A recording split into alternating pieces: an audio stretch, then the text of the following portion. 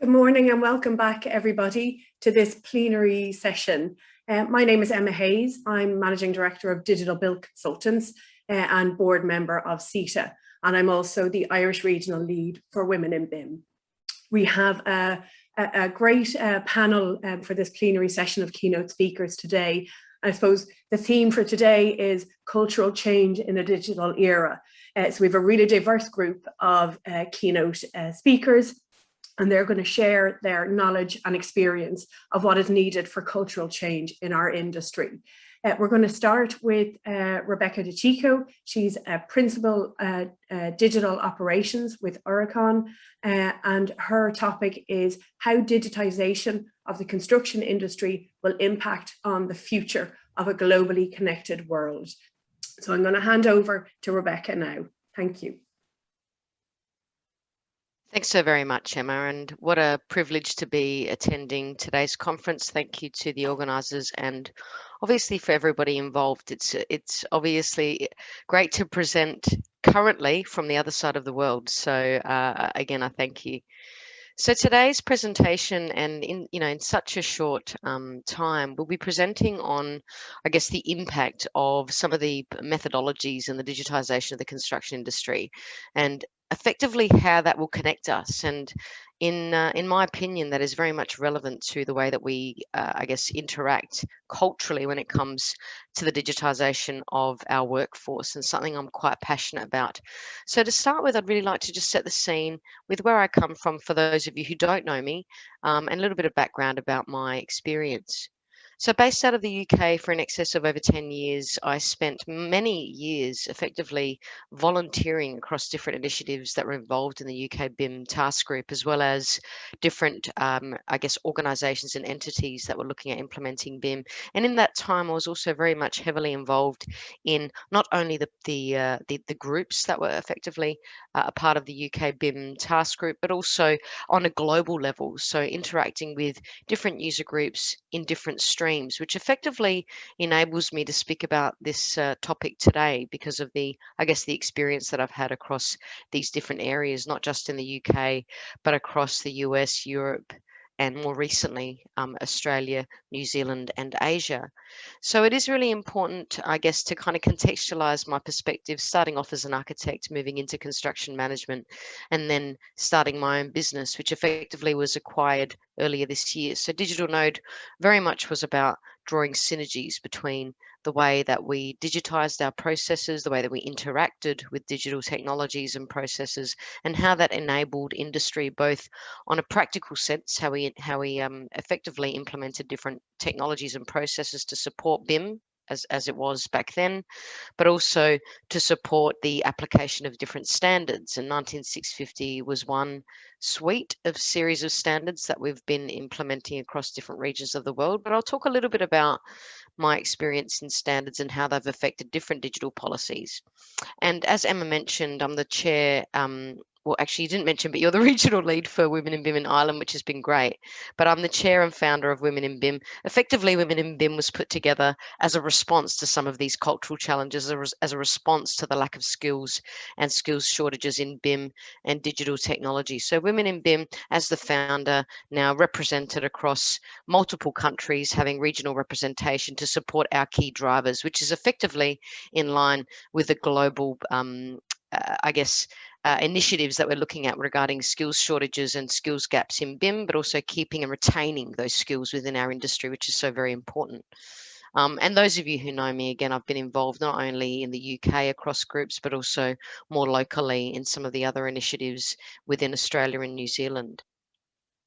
So to contextualise or set the scene really for this morning's discussion, very much one of my interests and some of the research that has been populating our industry at the moment is that we are obviously moving so quickly in a digital fashion that effectively the skills that we have today will be obsolete in the future. So the World Economic Forum estimates that half of the average job skills are as little as 5 years. That means that every 5 years, a specific skill becomes about half as valuable as it originally was.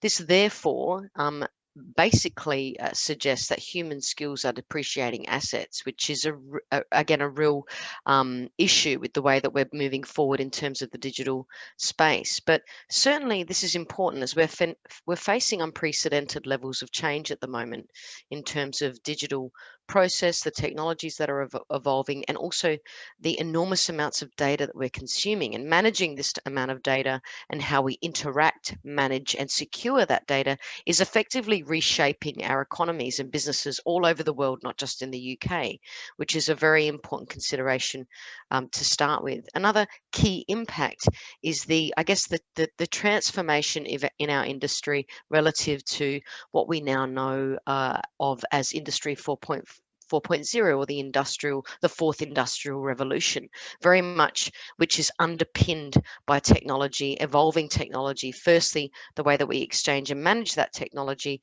but also secondly, by the concept of the Internet of Things and artificial intelligence, and effectively how some of these advanced, so we think today, cloud computing and smart system technologies will fundamentally change the way that we're living and working, and there will be a strong demand for resources, and those resources will be driven by some of the drivers that again are starting to implement in our industry, in the construction industry. And four key drivers that are influencing this change effectively relate to the connectivity of data and information, the way that we are effectively using data to make us inform decision making. So many organizations that are moving forward in terms of digital construction and digital process are very much using automated systems to make decisions for them. Computing power, we know that the availability of computer power is very important in the way that we will be driven in the future, as well as obviously the way that we design and build effectively, which comes into that whole kind of BIM/digital engineering debate. But this is important because the global construction industry is set to grow. Even with the impact of COVID, we're still seeing an estimated growth in the construction industry in primarily two regions, in China and the US. But basically, this is affecting three key areas: the way we live and the way we effectively move across our cities. So residential, non-residential, and infrastructure are very much being pushed in this space. This is why I find it incredibly interesting that the United Nations have effectively drawn synergies between these global challenges. So, for example, we have an issue with the fact that the population is growing, and there are still issues with across different sectors effectively to support sustainable development. So according to the United Nations, they have developed something known now as the sustainability goals. And sustainability goals aren't just about creating a better world. They are about globally connecting different initiatives and obviously forming frameworks for these initiatives across different regions of the world, different countries, different sectors, etc. And the United Nations sustainability goals are effectively there to help us grow a global initiative around different topics, so different areas of interest, again, which is really interesting because the sustainability goals are effectively, globally changing areas of interest, hunger, poverty, and inequality, gender balance, clean water, sanitization, etc. Really important elements to support this kind of global appreciation of aligning a methodology on a global level together to support our change. But then we know that there are current impacts. So the impacts that are currently affecting our industry: building information modelling, or BIM, again in the UK, Ireland, Europe, etc. Very commonplace to talk about BIM according to ISO 19650. But globally, there are still challenges. So, we were really lucky in the UK that we had obviously the BIM policy and effectively different initiatives to support these wider goals, such as our carbon footprint, green construction, efficient building management, etc. But certainly now this is driving industry to be more globally connected, because the impacts or the trends that are emerging as a response not only to policies that relate to digital construction, but also to the the United Nations sustainability goals, is that there are three key themes that need to be addressed. Firstly, that although the pandemic has changed how we work, effectively people are still at the center of business. So we need to have digital processes on a global front to support people and being people centric. Certainly we know now, I guess everybody knows, I don't know if you've been watching the news, but in Australia currently we're in total lockdown. And location independence has become commonplace across many regions of the world. Doesn't matter where we live or work, etc. So ensuring that that's in place will allow us to be resilient, and having resilience in our industry, being able to pivot and adapt to change, is crucial to be globally connected. So the other point to make, and it is important to mention it, is that the need for change within the UK government policy, very much 10 years on from the release of the government construction strategy, is still being seen globally as exemplar. There's been recent studies across not only the UK but other sectors that have stated the fact that the UK BIM policy is very much driven a global change. So that global change has been a response to the fact that obviously we were ineffective and inefficient, but still the construction industry is still inefficient and ineffective. But lo and behold, the international standards provide an avenue for productivity. And that's what we are seeing across these different initiatives, across different governments, certainly across the world, that there is an appreciation now for alignment to these consistent standards, because the UK policy has effectively become an internationally recognised framework. And it's also been I guess the process and the development of the policies is effectively being replicated across some of these regions, is what we're seeing. So in other words, it's not just about obviously connecting what we're doing on a kind of asset front or a building specific front, but these United Nations sustainability policies are very much embedded across some of the other initiatives we're seeing, which allow for how we, I guess, connect more in terms of our processes and technologies, and that is effectively the smart cities agenda. So the emerging trend we're now seeing across our sector is the uptake of smart city consulting, which is effectively supporting not only frameworks for BIM and digital during design or during procurement, design and construction, but also how that data is used moving forward, which I think aligns beautifully to the concept of the digital twin, which we'll touch on in a second. But the smart city standards, or the development of smart city standards, for those who don't know, and really interesting, same journey as the BIM standards. So the PAS 180, or publicly available specifications, were built as drafts, translated to an international suite, now applied across multiple regions of the world, again, which originate out of the UK. And the reason why the smart city policies come into play is effectively that the main goal is to optimize the way that we use our cities and promote the quality of life, which aligns back to, very much the ethos behind the United Nations sustainability goals, but also it relies on how we start from the beginning. How do we procure, design, and build our assets to effectively bring that data together to support the development of a smart city? And smart city frameworks are not, are not widely known, are not widely understood. Certainly the development of these standards for sustainable development of communities constantly refers back to the United Nations sustainability goals, which is why we say a globally connected world. We want our connectivity globally to be reliant on international standards, because we've seen as a result of the BIM policy that these standards can effectively be implemented to support wider and larger scale impact, the city, the services, the way that we use data, and effectively the way that people live. So we know that, again, the development of the policy in the UK has very much spurned on this link between our BIM policy, obviously the development of the smart city standards, but now moving forward into the National Digital Twin program. And leaders of this program are very much saying that, well, we need BIM to be a foundation of this policy, and therefore this policy again is becoming internationally recognised, because the value of, and again, we're seeing it across multiple projects, multiple clients, is that everybody wants to talk about the digital twin marketplace, because the research suggests that this market is expected to increase and grow exponentially. And the demand for these types of services and skills across the world is very much going to be a primary mechanism for growth for many organizations. We're already seeing it across our business. We're seeing it across the conversations we're having with our clients in Asia, in Australia, New Zealand, and the UK. And the issue here isn't what will happen and how we'll be using the data to connect each other across the world.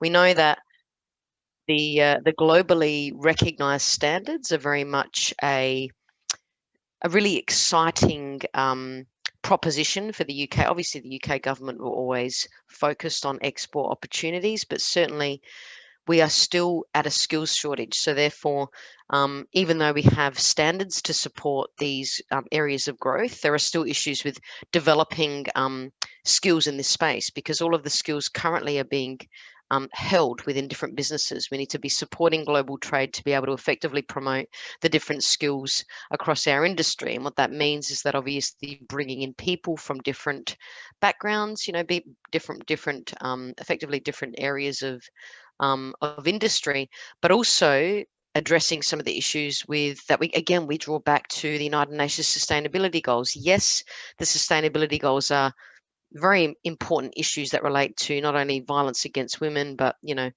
how the pandemic has effectively changed the way that we work and live, but also about women's representation across policy, right? So government, parliament, etc. This is what we need to be growing.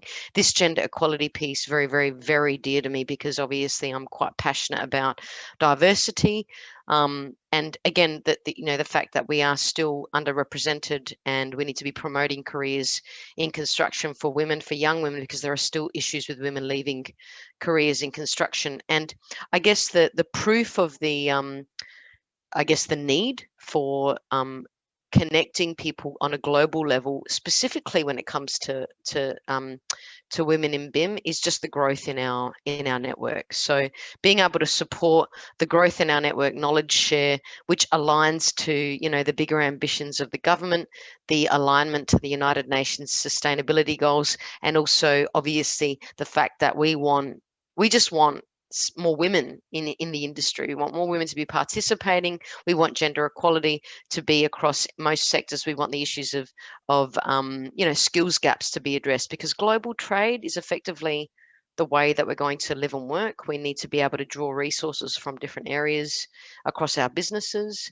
And we need to be driving our strategy for our businesses and the way we work to support the greater good of the world effectively. So the United Nations have very much focused on embedding key parameters within not only the smart city standards, but other initiatives to digitize our industry effectively, to support the kind of wider debate around how we can make the world a better place and connect people, and have data really accessible to people, not only in regions that are developed, but also non-developed regions.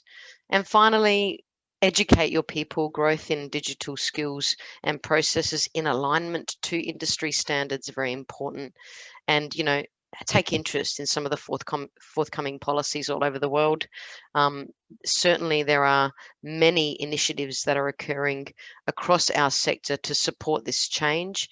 And this isn't just a technological issue. This is a cultural issue, and we need to be addressing the way that we advance our networks and grow our people's skills across construction. So thank you very much. I think I'm about a minute early.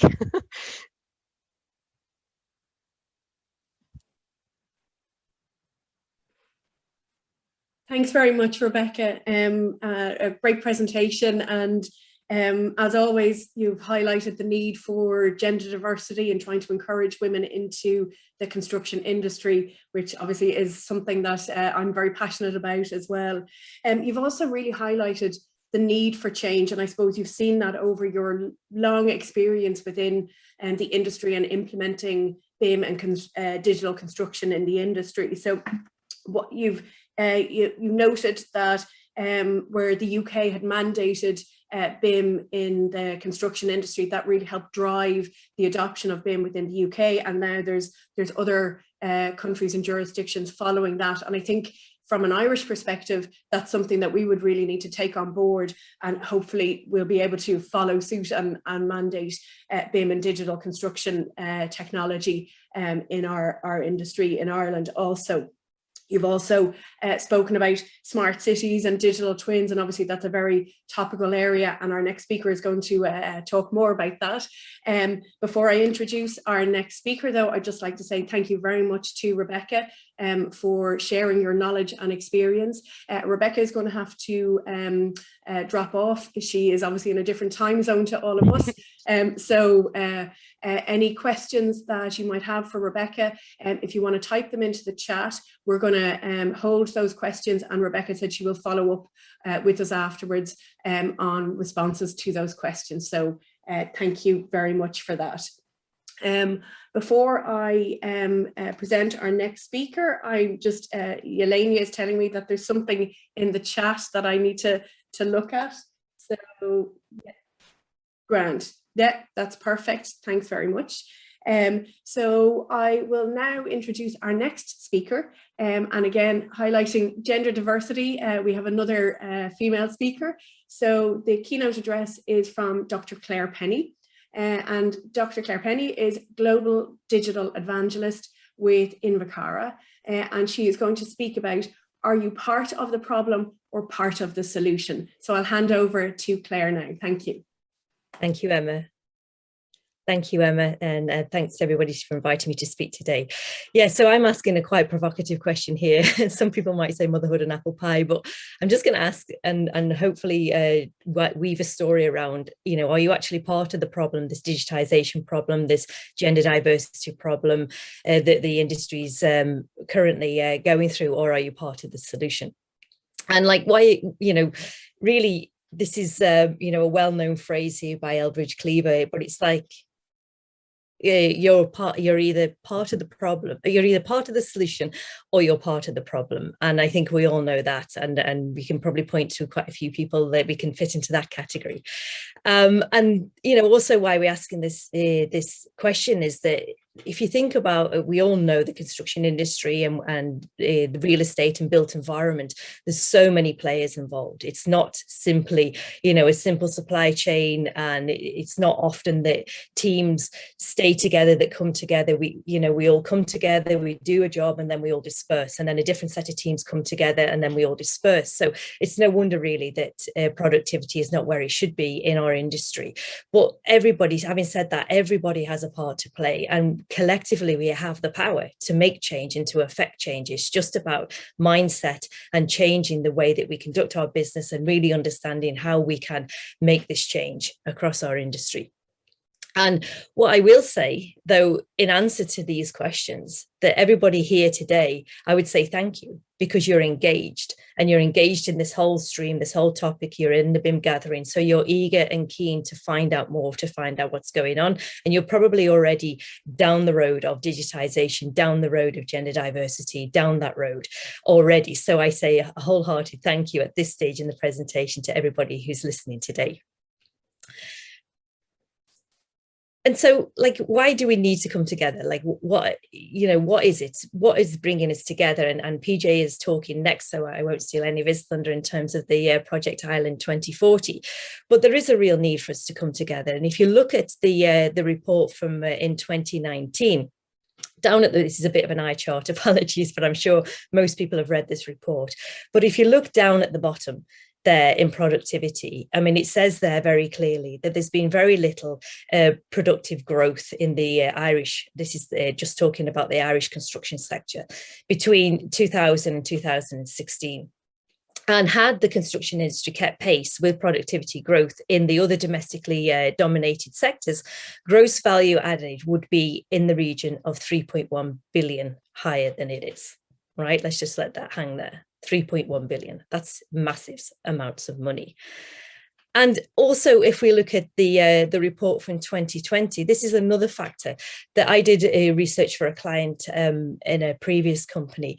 And what became very clear to me during that research, it was around like, how do we what does a smart building mean? What does it mean to digitize our industry, this particular client's industry? And during that course of the research, I investigated how much money was being spent on acquisition and research in either startup companies or brand new ways of working, new ideas, new technologies.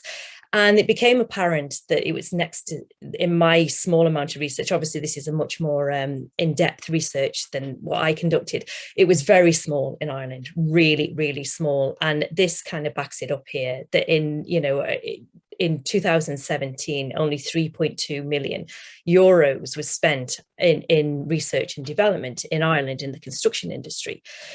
Whereas if we look at our nearest neighbour here, just a year later in 2018, over £351 million was spent. And you could say, oh, that's population size, blah, blah, blah, but that doesn't equate. It's still a much, much bigger number. And this is something I believe that we really need to get our heads around, that like you can't do the same things and continue to deliver work as we've always done and not have changed down the line. We have to be looking at things. We have to be horizon scanning. We have to see what's new and coming forward. How can we improve our productivity? How can we change the way we work? And you do that with research and development. You don't do that by doing working the way you've always worked. And everybody, as I said, everybody needs to come together here. So we've got businesses need to horizon scan, need to put more money into research and development to find out how we can do things differently, break down those barriers, but also the government has a role to play here. And if you look at Barry and Allen and Roger's paper here in 2020, I mean, this paper is basically saying the government says that, Ireland's not ready, the construction industry is not ready. But if you read this paper, it's very clear that companies are ready. The industry is ready for change and is ready, to take that next step forward and to have a mandate around BIM and around digitisation. So, there's no point hiding behind this. We've got to come forward. We've got to be bold and we've got to make these new steps. And, industry can push this. They don't have to wait for legislation. They can do this themselves. And so setting the scene there, we need to understand, we need to also change our mindset to understand, okay, what do people want? What does the government want?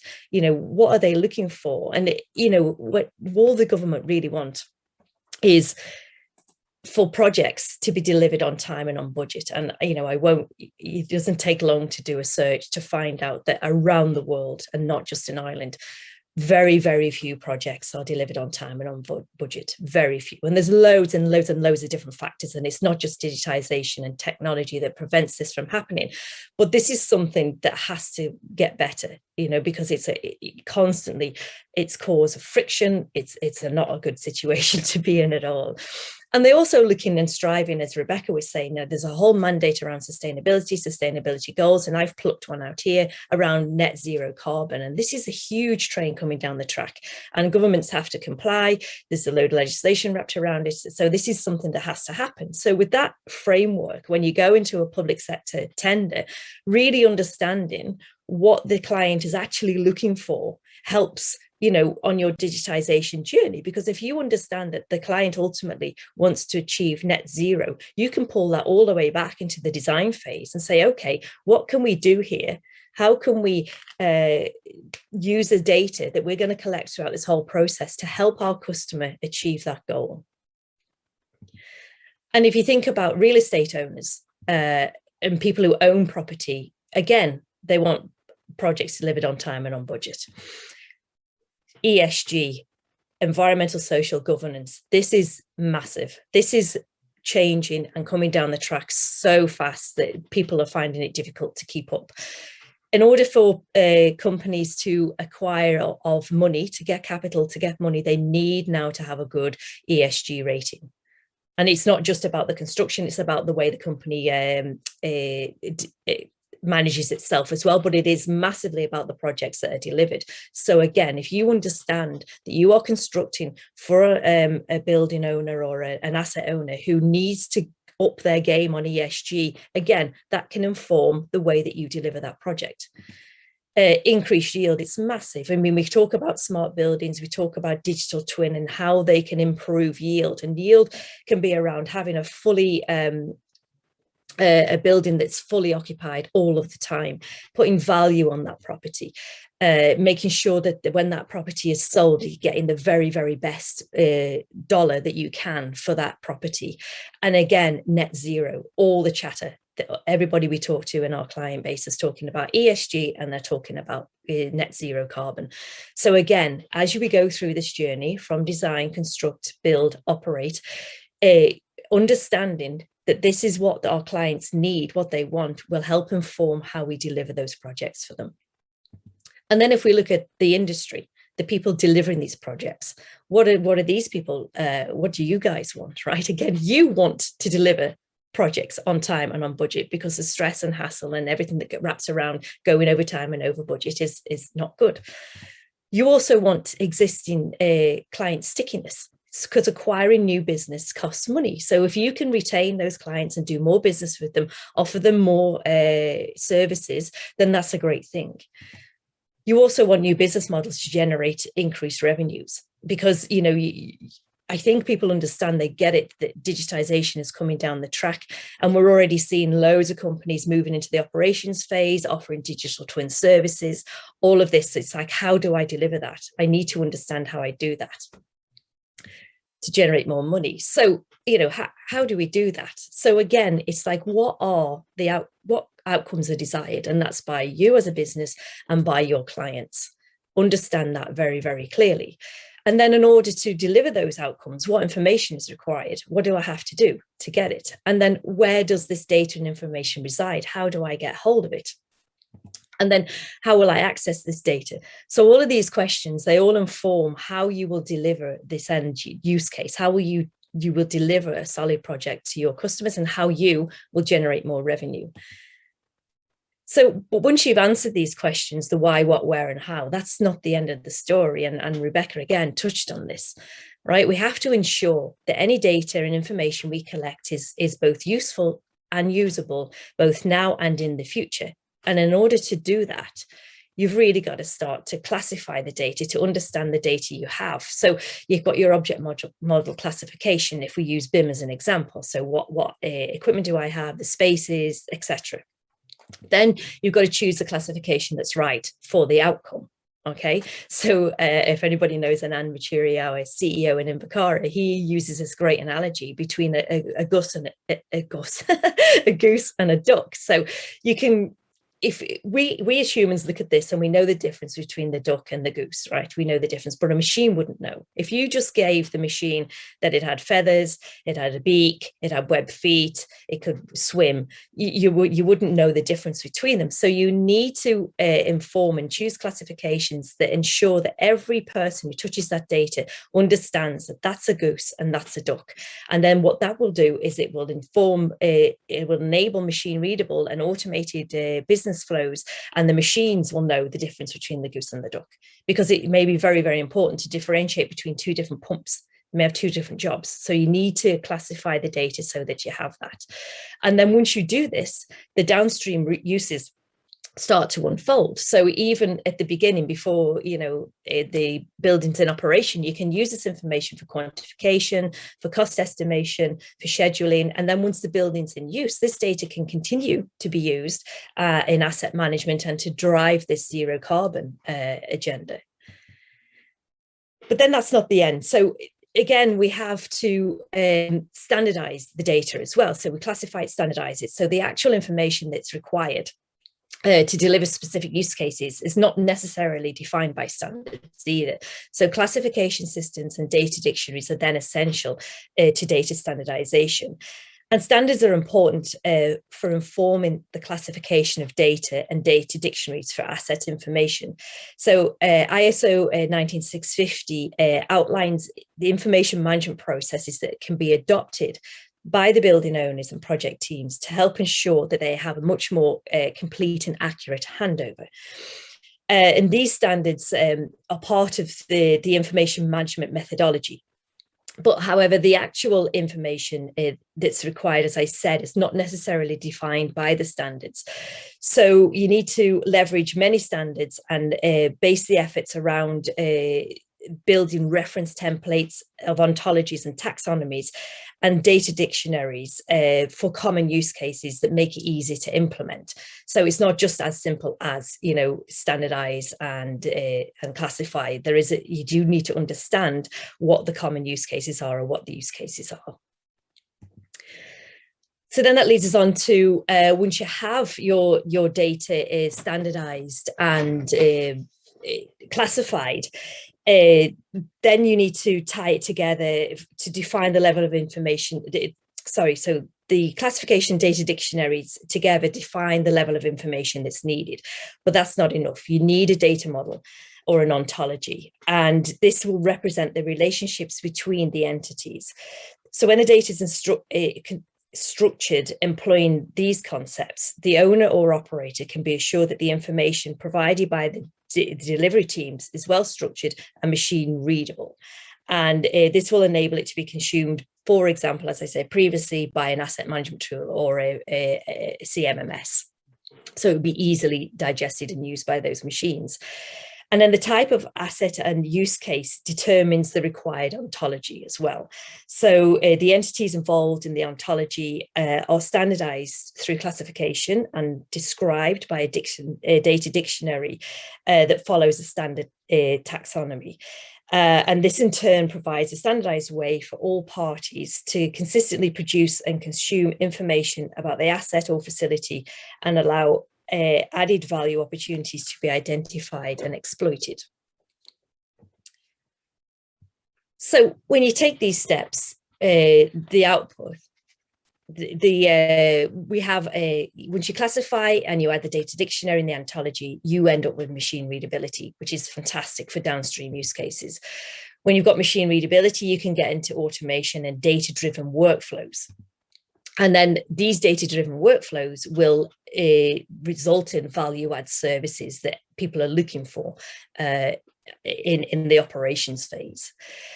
And to just give you an example of the BIM process, I mean, everybody's completely BIM savvy on this call, but you know that like data without classification is often never used downstream, ever.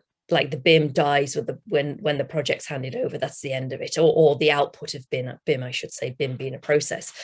Whereas if you classify the data and you have it classified and well structured and machine readable, there are many, many, many use cases downstream that can be used, including digital twin. So it's key to be thinking about this, to changing the way that you perceive, the way that you deliver projects, you know, doing just enough. If you do just enough or just what the customer thinks that they want, then you end up missing a trick and you end up missing these digital twin services or these value add services downstream. So again, the challenge is if we look at whole building performance, and if you look at a performance twin, we know the challenges to date are around data, incomplete, untrustworthy, information's disconnected, everything's manual process pretty much. The software integrations are siloed systems. Performance, you can't really reliably track performance and the cost of failure. There's a mixture of priorities. Wellness, indoor air quality is a challenge. Linking it into, you know, the whole space, the whole building. Then there's the regulatory and internal requirements. Then the transparency. So ESG is about being transparent. Right. So how am I transparent if I don't have that information that's correct and accurate? And then risks, defects. So if you apply what we've been talking about and you understand your data, understand the use case, classify, structure, have the ontologies and the data models, then you can start to drive these value add use cases. And, you know, you get data-driven automated business and operational workflows. You can reprioritize deferred maintenance. You get wellness and comfort that adds, that increases employee productivity. And then because your building's fully stacked, then you increase yield of the building. Equipment. So then you've got your equipment failures, you can do your sustainability elements, and then third-party integrations. So new opportunities, they are digital handover, day one operational readiness. Remember, oftentimes that handover is the very last touch point that you have with your customer, and oftentimes it's the worst. So how are you going to get sticky with them if that's a bad experience? So digital handover is absolutely key. asset digital O&M. So to be able to provide the customer with a digital manual, digital O&M that they can interrogate and use, whole building performance, moving into the digital twin space, etc. So I'll end very rushed at the end, but how will you generate more revenue, and will it include changing the culture of your company? Thank you, Emma. Thanks very much, Claire. Really interesting presentation. And I think you've frightened us all by our lack of productivity in the construction industry.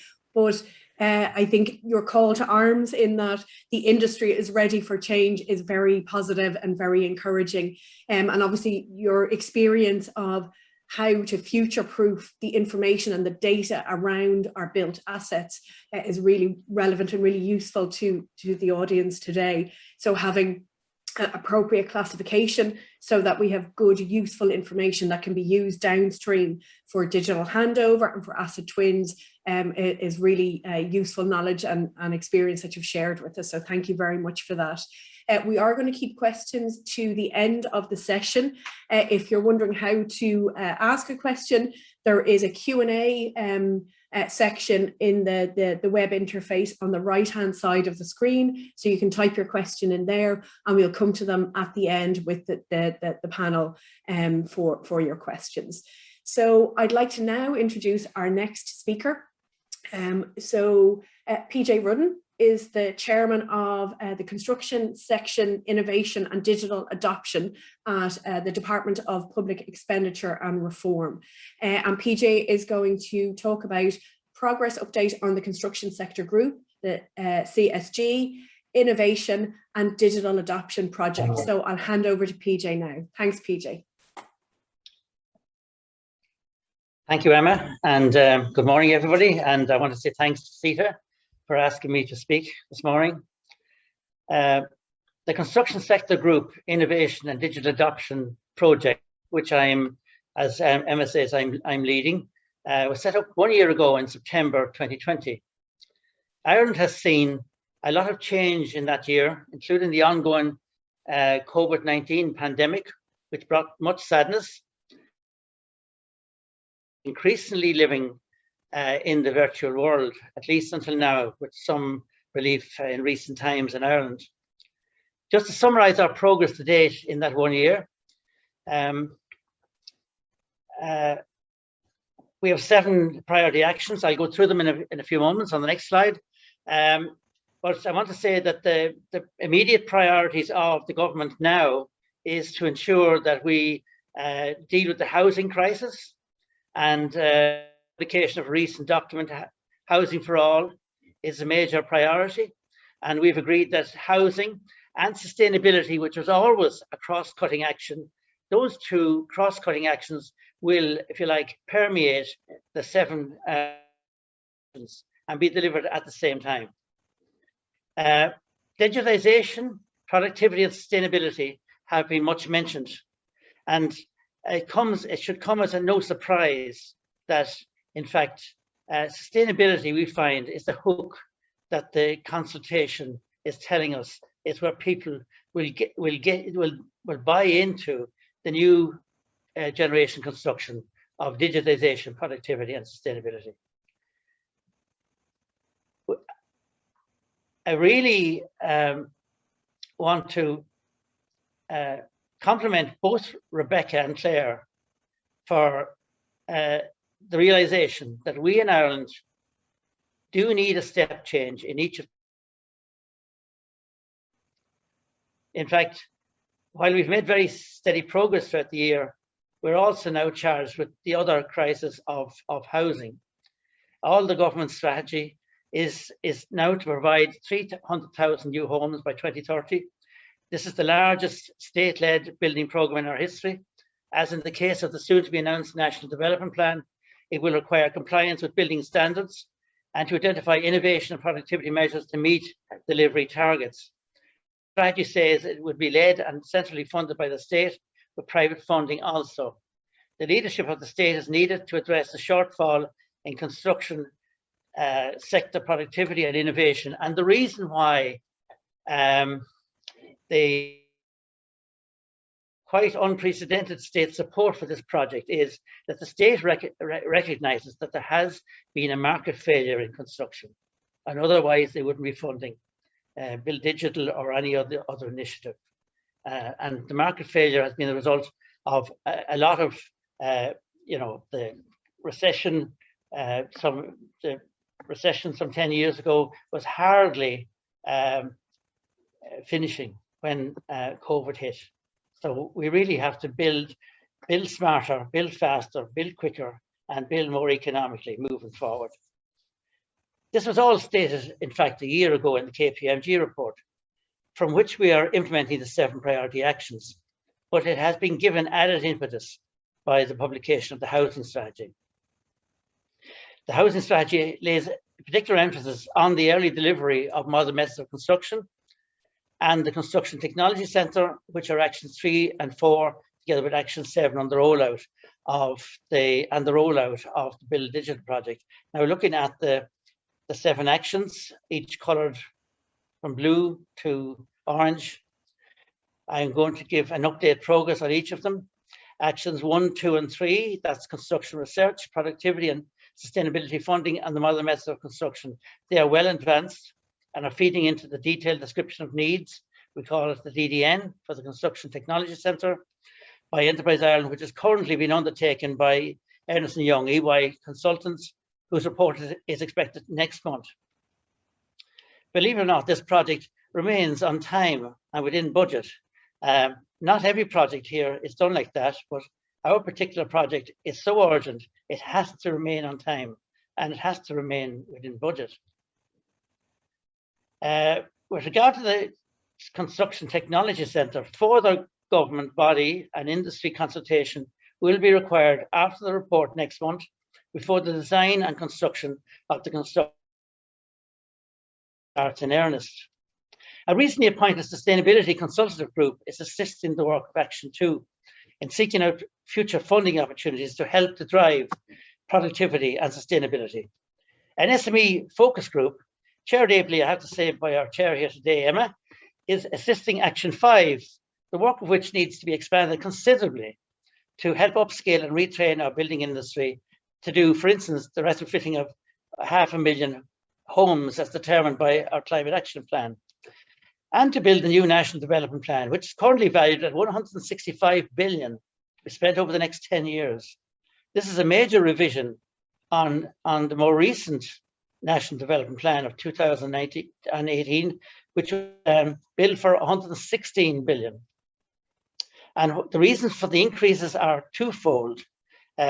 Major concentration on housing and quite intense increased climate action to cut our greenhouse gas emissions by 50% by 2030, which would be very challenging, as you know. Action 6 is well advanced, with the new e-planning systems being pilot tested this year in counties Tipperary and Galway, and total national rollout of a new national planning portal to all counties by the end of 2022, coupled with an associated plan, Department of Housing public communication strategy to commence well in advance. So we see in the end by next year of 6 hard copies of all planning applications. No more paper. It'll be completely digital. Action 7 is the Build Digital project, which is planned to commence also next month after finalization of the grant agreement between Dept, which is my department, and the emerging preferred third level consortium. The Housing for All strategy was published in the early part of September, and it recommended an enhanced role for the construction sector group and the Construction Technology Centre, ultimately also incorporating modern methods of construction and the Build Digital project. However, no structures or governance has been agreed for housing yet because it's still under discussion between government departments. And moving on then to the next slide, we can see that this will be how the structure of the project will look as we're approaching year end. 3 major deliverables: the modern methods of construction in the bottom left-hand corner, the Build Digital project in the bottom right-hand corner, in the middle, development of the Construction Technology Centre, and a project delivery board which has yet to be set up to deal with the governance aspects of all those 3 projects, feeding into one innovation and digital adoption project.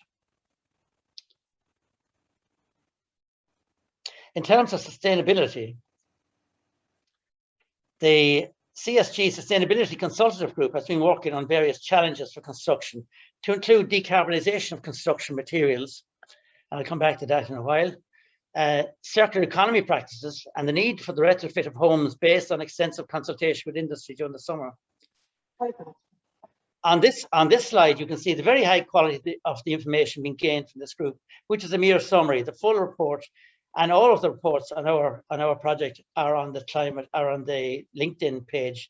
If you go CSG Innovation Digital Adoption, and hopefully become one of our followers. In sustainability terms, we have to cut carbon emissions across industry, including construction, by 50% to meet Irish government and EU Green Deal targets by 2030, which will be a huge challenge to various materials, cement and concrete in particular. In a few weeks' time, the government will decide on sectoral carbon budgets, which will be legally enforceable under the soon-to-be-announced Climate Action Plan. I was pleased yesterday to talk to the president of the Institution of Civil Engineers in London, and she was quite aghast and pleased.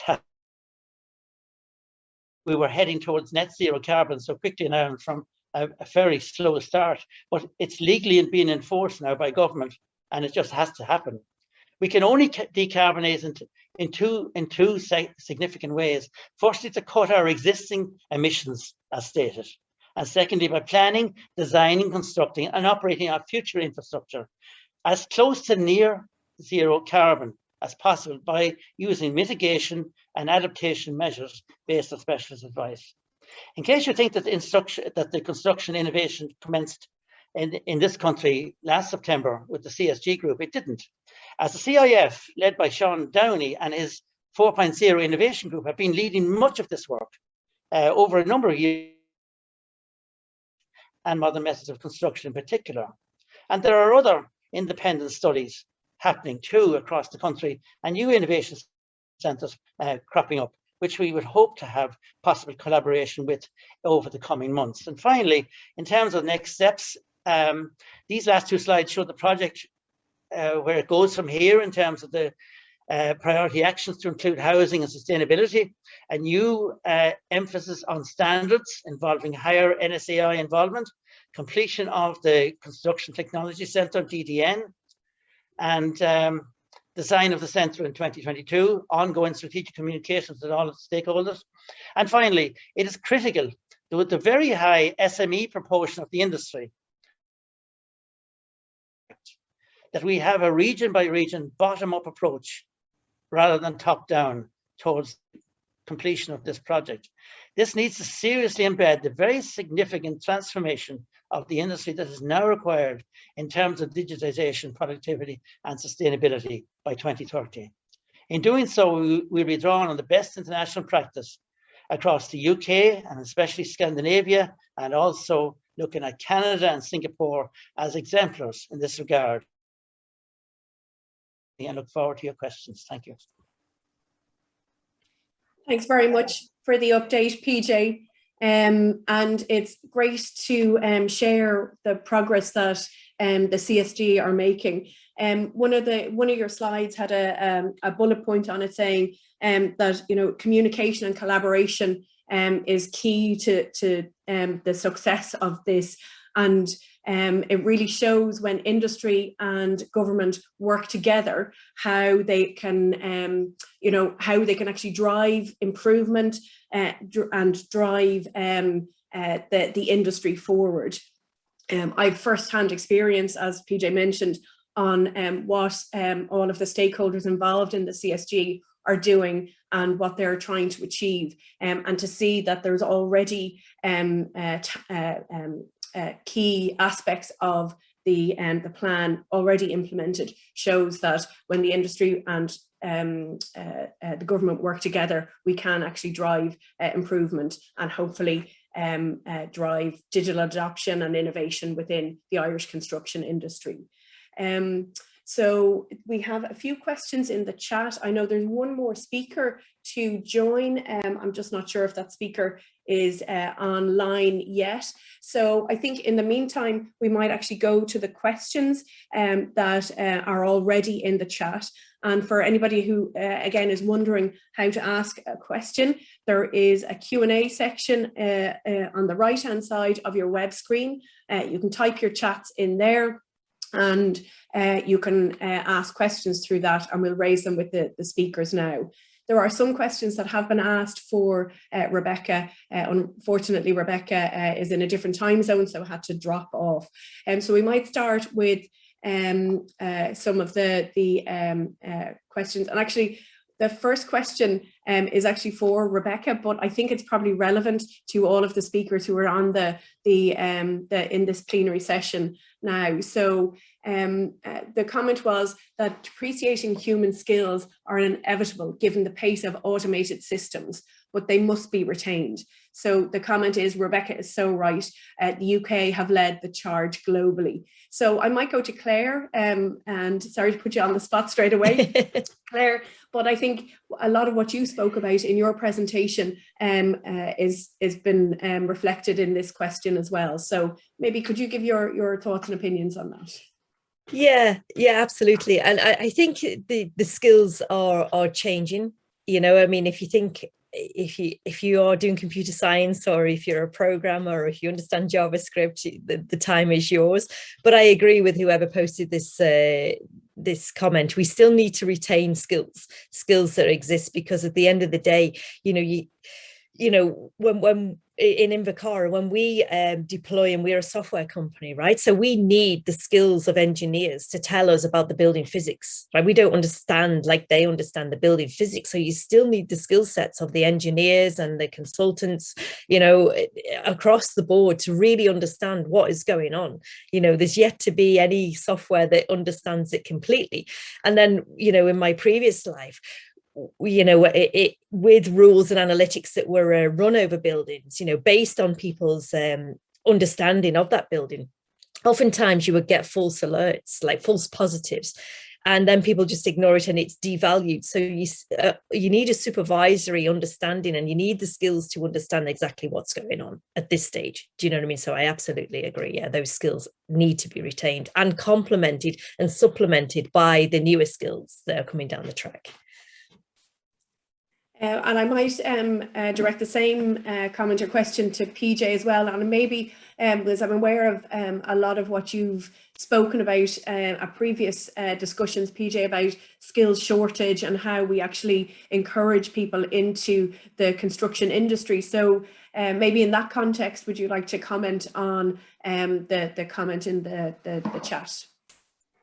Yeah, thank you, Emma.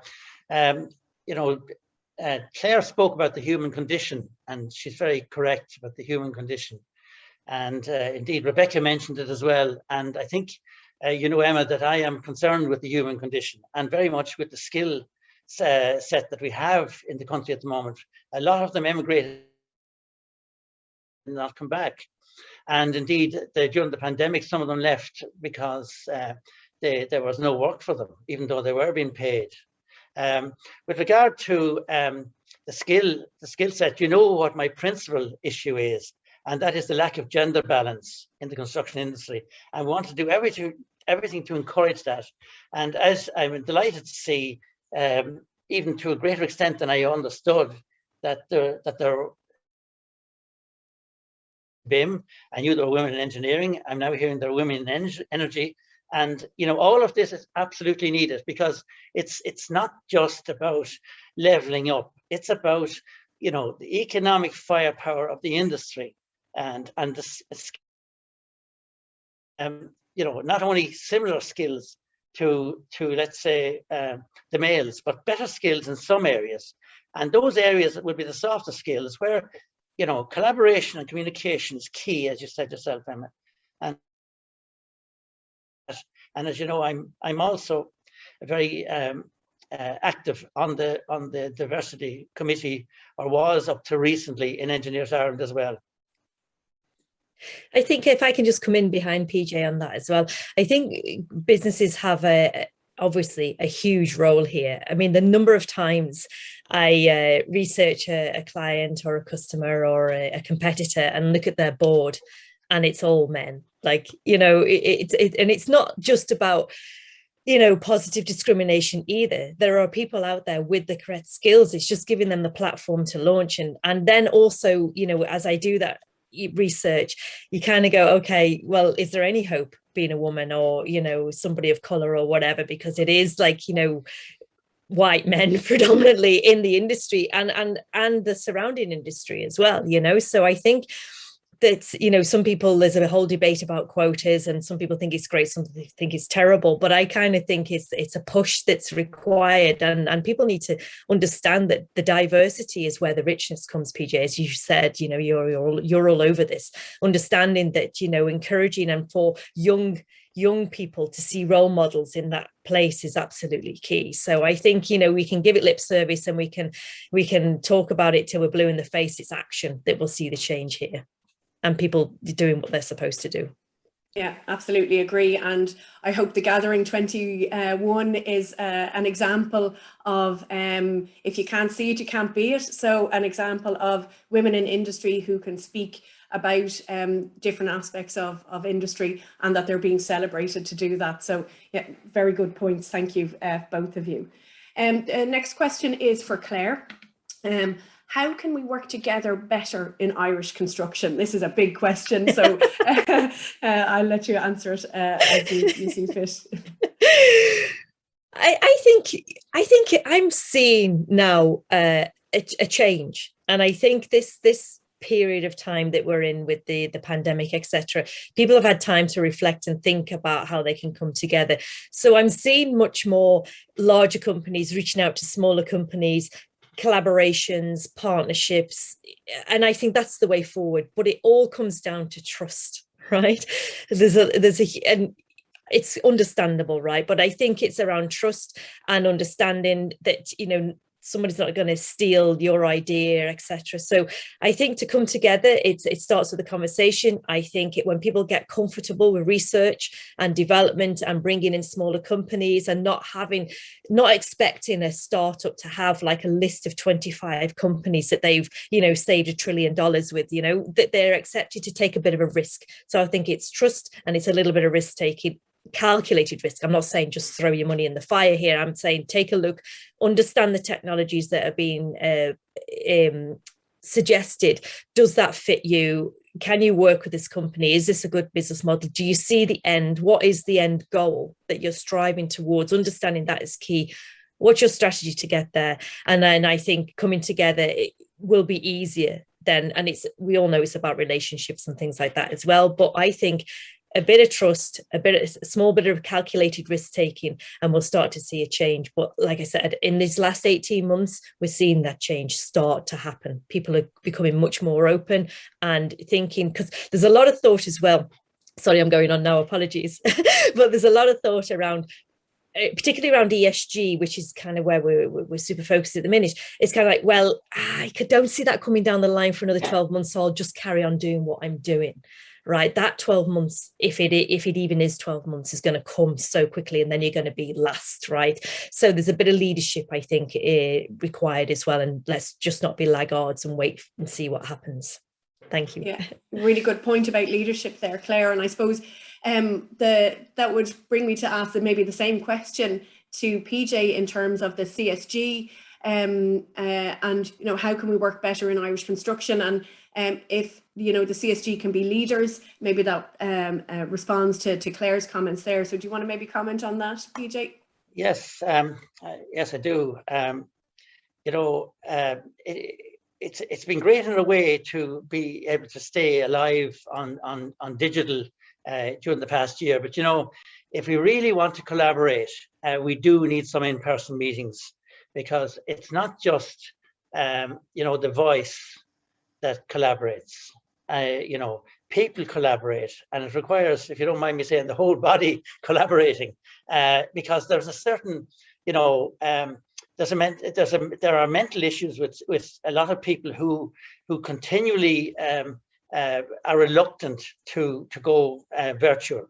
and much prefer and are missing the human condition that Claire talks about. And I think collaboration on the scale that we've been trying to do in the CSG. And I see a comment there from Alan that the construction industry have been in silos. They have been in silos, and we're trying to break down those silos, and we're trying to bring meetings together. And hopefully, when things open up and in-person meetings will be a greater factor, that we will up our game on this in this respect, because the comments that Claire and indeed earlier Rebecca and yourself, Emma, are making are absolutely clear and spot on, and they are correct, and the questions are very, very relevant, and we do need to provide answers for them. And if we don't have answers for them, we have with answers. Okay, thanks, PJ. The next question is for Claire. Should we be looking at standardizing the basic data blocks that we capture? So I'm intrigued by the basic data blocks. I don't really know what you mean by that. It depends if you want to use that data, that information downstream. So, if you're thinking, is a basic data block a space, right? Or is the basic data block just the name of the equipment? If you want to use that downstream, or if you're going to use that via the BIM process, absolutely, you should be standardizing this data, and oftentimes the basic information may be all the information you need, depending on, as I keep going on about the use case. And don't forget that this isn't a one-trick pony either.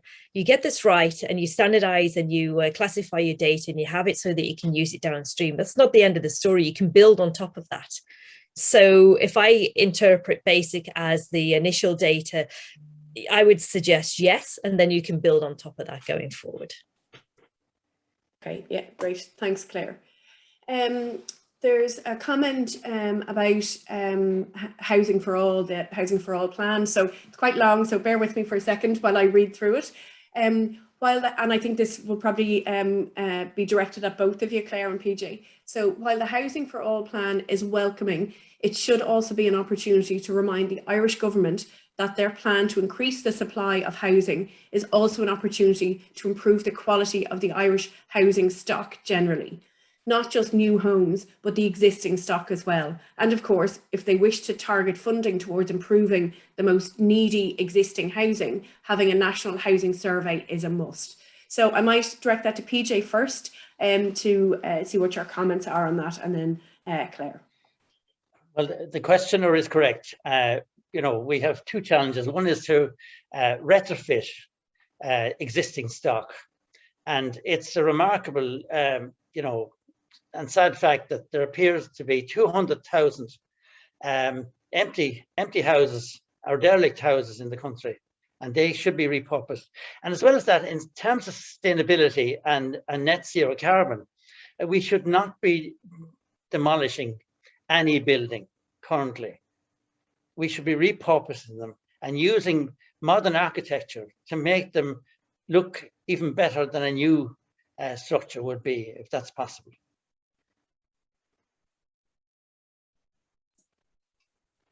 Yeah, thanks, PJ. Claire, any thoughts on that comment? Yeah, I mean, absolutely.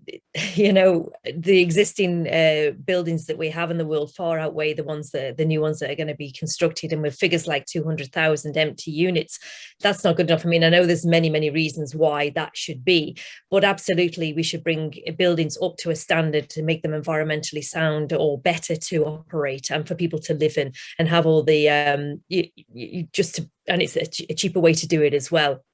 And oftentimes you would hope that these buildings are in a location that suits the needs of people as well. They're much better served, hopefully, and that's the case. But yeah, no, I absolutely agree. And the National Housing Survey, absolutely, without a doubt, that should go ahead, yeah. Okay, great. And I suppose being able to upgrade our existing housing stock or, and I suppose more in the kind of high-rise apartments or whatever, being able to upgrade them so that we can have digital twins of those will allow us to maintain and manage those buildings better so that they perform better as well. Yeah. Absolutely, and we can learn as well from, if we have the initial data of the information data of how that building was either retrofitted or how it was constructed, and then we can see how it's performing, then in time we can see, okay, did that design meet the performance, or do we need tweaks, or shall we replicate that now because that's a really good design going, that works. So either way, we can do that via digital twin as well as operating it extremely effectively. Yeah, okay, great. There's another question here. The potential of DT's ESG must be significant for the real estate sector. Yeah, maybe Claire? Yeah, absolutely. 100%. Yeah. And as I say, there's some really, really excellent real estate companies out there that are really ahead of the game here. They are actually, to quote somebody we were talking to last week, protecting their clients, because their clients are saying, okay, I only have to do this much, but they're saying they can see, because they've done their research and they understand the market, they can see where this is all going with ESG and with net zero carbon, etc. So they are looking for tools and capabilities and digital solutions to enable them to not only be future-proof their customers today, but also in the future, to ensure that they are, they deliver today and they're future-proof in the future. Sorry, yeah. But yeah, absolutely, it's huge, massive. Okay, great. PJ, would you like to comment on that as well? The potential of DT's ESG must be significant for the real estate sector. Yes. Well, it's about creating for people. It's about providing, the support services in, and placemaking has become the really good planning concept for living spaces and living labs, and looking at how we can transform some of the social problems as well as the technical ones. In fact, the technical ones are actually far more solvable than the social ones, as we know, and yet the technical ones challenge ourselves. We have to, concentrate on solving those, because if we don't solve those, nobody else will. And the whole issue of, net zero carbon and the, the climate action agenda and all that, if we don't shape it, it will shape us, and we'll have flooded areas where, people will have to be relocated, and that's actually on the agenda, I think, for, if an economic exercise in the River Shannon, for instance, shows that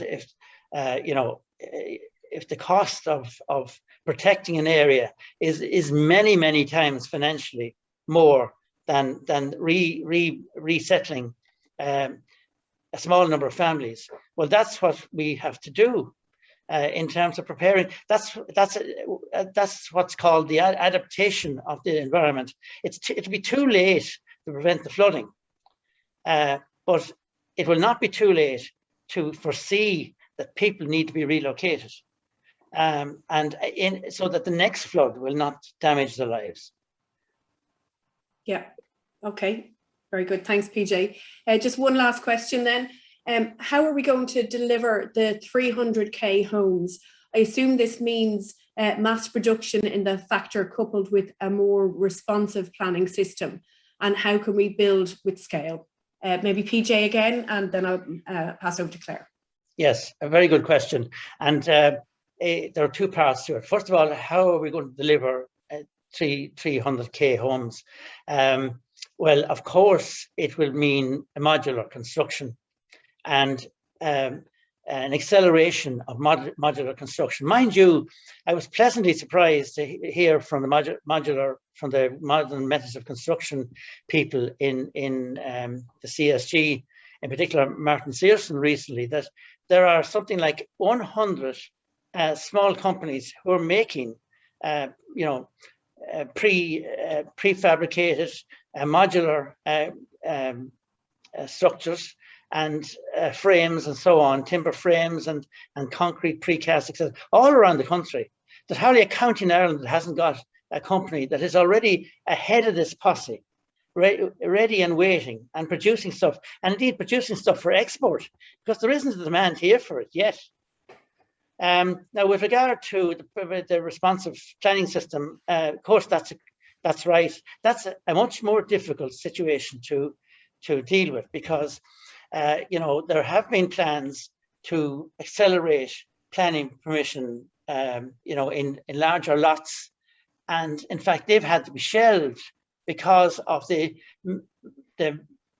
higher scale objections to those, and the legislation has had to be reversed this year, so that not to get people's back up, but to consult and consult more widely. And in consultation with regard to any development, I feel very strongly, and it's been what I've learned from my career, is the Aarhus Convention, which is now law in this country since 2012.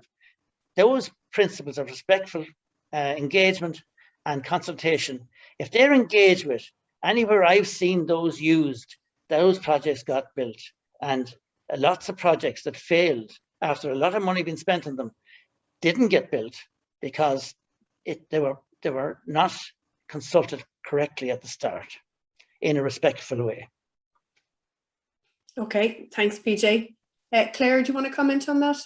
Yeah, I agree with PJ's consultation. It's, we probably have the wherewithal to get those and the capacity potentially of workers to get those buildings built, those homes built, but it has to be done in a respectful way. There's no, you hear obviously it's news, and you hear these stories around high rise being built and people don't have light, in Dublin City, and everybody has a right to light, and it hampers the process then, because then it gets into a spiral of argument and litigation and all the rest of it. So it actually has to be planned correctly in the right place, so that the people who move into these homes have the amenities and the facilities to live a full life, whilst not impacting adversely. And I'm not talking about being a NIMBY here, this is about placing these new homes in the right place that's sympathetic to the environs of some of the beautiful Irish towns and villages that there are around.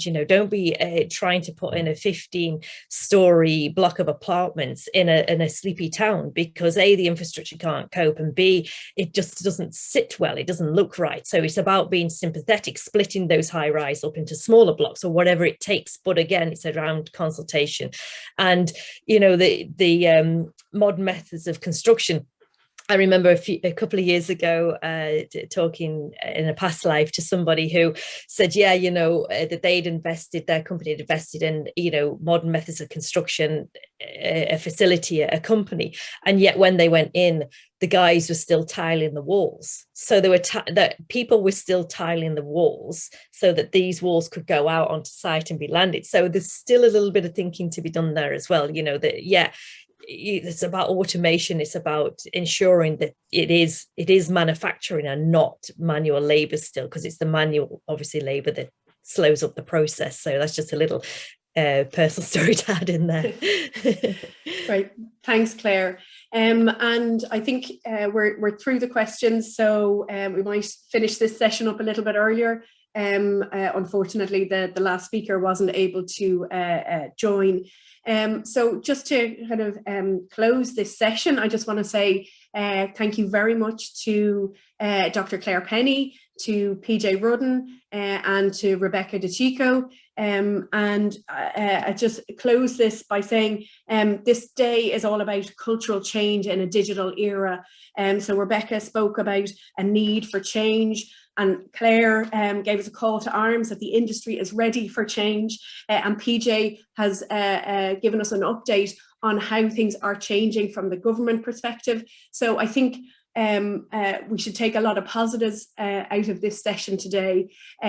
Things are changing and the industry is driving forward. So look forward to hearing the rest of the speakers over the next few days of the Gathering 21. And thank you all for your participation. And thanks again to Claire, PJ and Rebecca. And take care for now.